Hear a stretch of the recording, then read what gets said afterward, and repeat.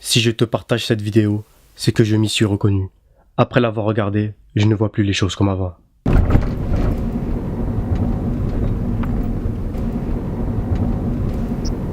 On est dans une situation critique, ya Ikhwan. On est dans une situation de cancer, de phase finale du cancer de la foi, ya Ikhwan. Sauf qu'on s'en rend même pas compte, c'est ça le plus grave. On est dans une situation urgente. Combien d'entre nous n'arrivent pas à dormir la nuit par rapport à ce qui se passe à nos frères et sœurs? Allah, combien? Allah. Même al-mahabba, même le lien d'amour, fils abilillah, il a tellement disparu à ce point-là. À ce point-là qu'on est sur Facebook, on voit un truc, on voit une vidéo avec nos frères et sœurs qui se font massacrer. Ah, rahimahumullah. Et 5 minutes après, on est en train de bahak avec quelqu'un au téléphone. Nos cœurs, ils sont morts à ce point-là, subhanallah. Au point que si quelqu'un, on ne le connaît pas, on ne sait pas l'aimer. C'est ça l'amour, fils abilillah. Aimer pour Allah, c'est réussir à aimer quelqu'un que tu n'as jamais vu de ta vie, Yahri. Parce qu'il a une foi qu'il partage avec toi, qui est la chose la plus importante. Est-ce qu'on pense, ne serait-ce que dans nos doigts, à faire des doigts pour nos frères et sœurs à travers le monde? Partout. Est-ce que quand on voit ce qui se passe, nos cœurs ils se retournent? Est-ce qu'on a peur pour nos frères qui se fassent tuer dans la rue? Est-ce qu'on a peur pour eux? Est-ce que quand tu vas rentrer, est-ce que quand je vais rentrer chez moi avec ta femme, elle va voir ton visage, elle va dire qu'est-ce que t'as, ya Habibi? Qu'est-ce qui se passe? Tellement ça va se voir sur nos visages. Quand tout ça, c'est notre relation avec Allah Azza wa Jal qui n'est pas assez forte, ni plus ni moins. Ni plus ni moins que ça. On est loin, ya Ikhwan. On est extrêmement loin. Extrêmement loin.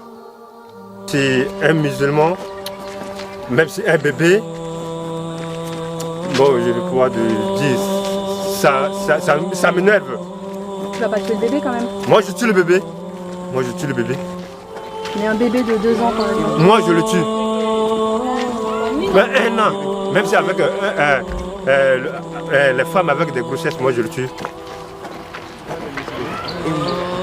Si le musulman ne parte pas dans le kilomètre 5, nous les Antilles, nous devons aller pour prendre tout le reste des musulmans là-bas pour manger.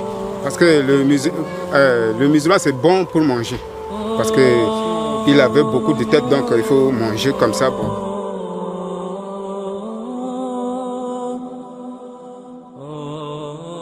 Le corps brûlé, on coupe la tête, jetée.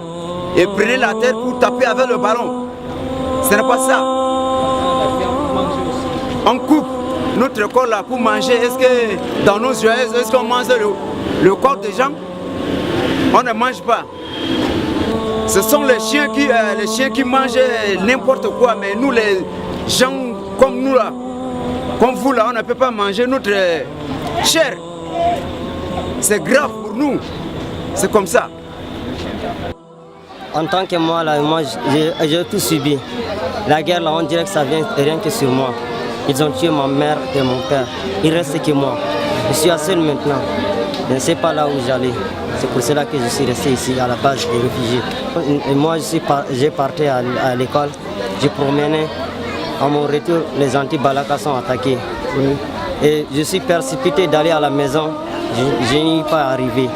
Et ils m'ont dit qu'ils ont tué mon père et ma mère. L'histoire d'un homme que j'ai rencontré ce matin au camp réfugié, il est en train de me raconter une histoire réelle qu'il a vécue sur le terrain. L'histoire c'est quoi? On a tué son fils, on l'a obligé de manger la chair de son propre fils. Il l'a mangé par obligation, mais ce dernier, il parlait en pleurant. Il me dit s'il pouvait pleurer avec du sang à lait, il le fera. Vraiment, et il a dit adieu à la viande. Lui, il va plus jamais manger de la chair, que ce soit la chair des animaux, comme poissons, etc. Il a juré de ne plus manger la viande parce qu'on l'a obligé de manger la chair de son fils, mes frères. C'est vraiment terrible. Ces gens-là, ce sont eux qui nous aident ici à vivre. Sans eux, on serait déjà morts. Parce que les vivres ils nous amènent des vivres chaque fois. Nous mangeons grâce à eux une fois par jour. Mais ça ne nous dérange pas. L'essentiel, c'est de vivre. Mais seulement, nous remercions beaucoup l'opinion internationale ainsi que les bienfaiteurs. Nos bienfaiteurs que vous êtes. Alors nous vous encourageons de continuer à agir de la même façon pour ne pas que nous mourions de faim. Parce que nous venons de très loin.